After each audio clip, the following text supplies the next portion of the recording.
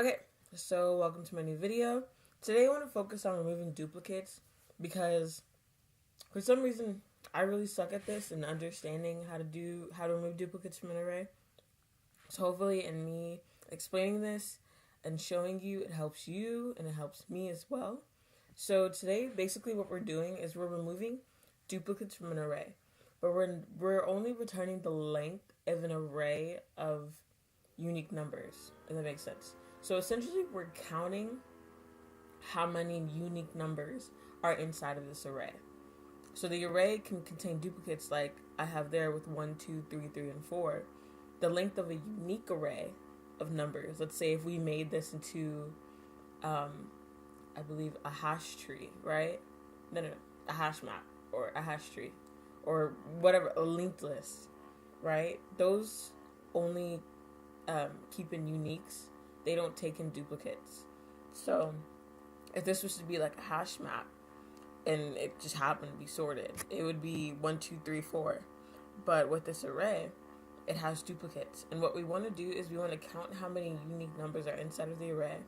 And then I also want to do a thing where whenever I find an ununique number, I want to move the unique number to its correct placement as if it was a unique array.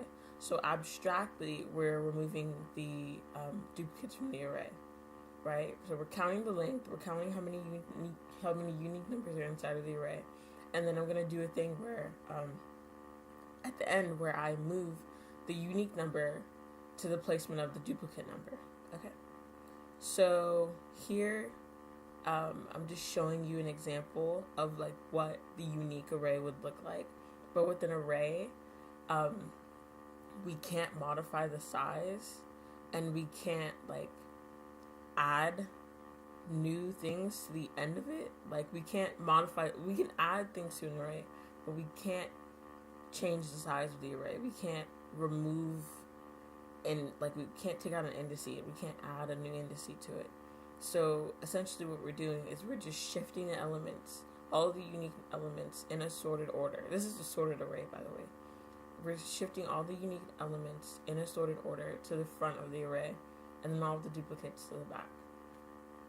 And as I say there, like with 1, 2, 3, 4, the length of that is 4. There's 4 unique numbers. So with this method that we're creating, it should return the number 4. So here, I am creating a for loop because I know that I want to look through my array. I know that I want to search through the array and I want to figure out what the values at every indice is so that I can then compare the values, and then once I compare the values, I can use that conditional to determine whether or not I want to increment the length of my array.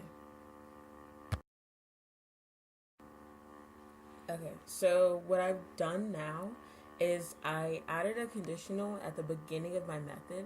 So if the length of the array is 0, then that means that there are no numbers for me to check if they're unique. So if there are no numbers inside of the array, and meaning the length is 0, then I'm just going to return 0 because that means there are 0 unique numbers. So if it passes that test, right, and that means the only other option is that there has to be at least one number in that array. If the length isn't 0, there has to be at least one element. So that's why I'm initializing this integer called checkLength to 1. And that 1 is representing the length of there being at least one element inside of that array, right? So this is sort of like a fence posting tactic that I'm doing. You'll see in a second. But yeah, checkLength is basically representing the length of a unique number of arrays, or it's representing how many unique numbers are inside of this array. So if the length was 1, there would obviously just be one number, as in that number is unique in itself.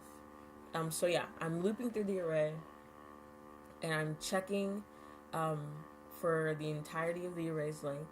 So what this conditional is doing is I'm checking to see if the number, I'm starting my for loop at 1, by the way. So I'm starting it, if you look up to the example array I have up there, my I is pointing towards 2, right? But I'm checking at my indice of 1 and I'm checking at indice of 0.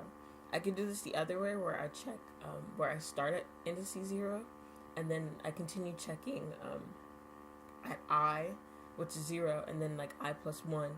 So I'd be checking, I would have my pointer for my for loop pointed towards indice 0, and then I would be checking for the next indice. And I would just be looping until like the second to last element inside of the array so that I don't get it out of bounds.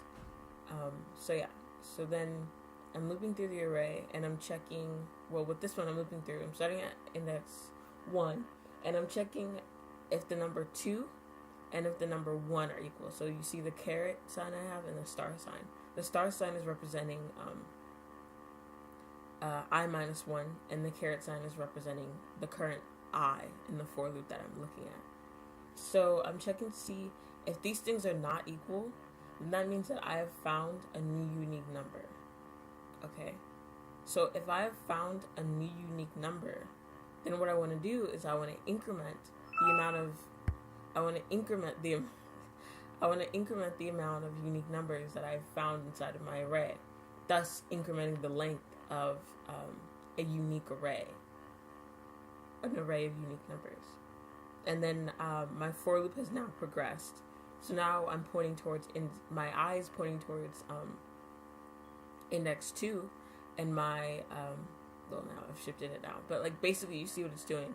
I've shifted as if my numbers are not equal, then I'm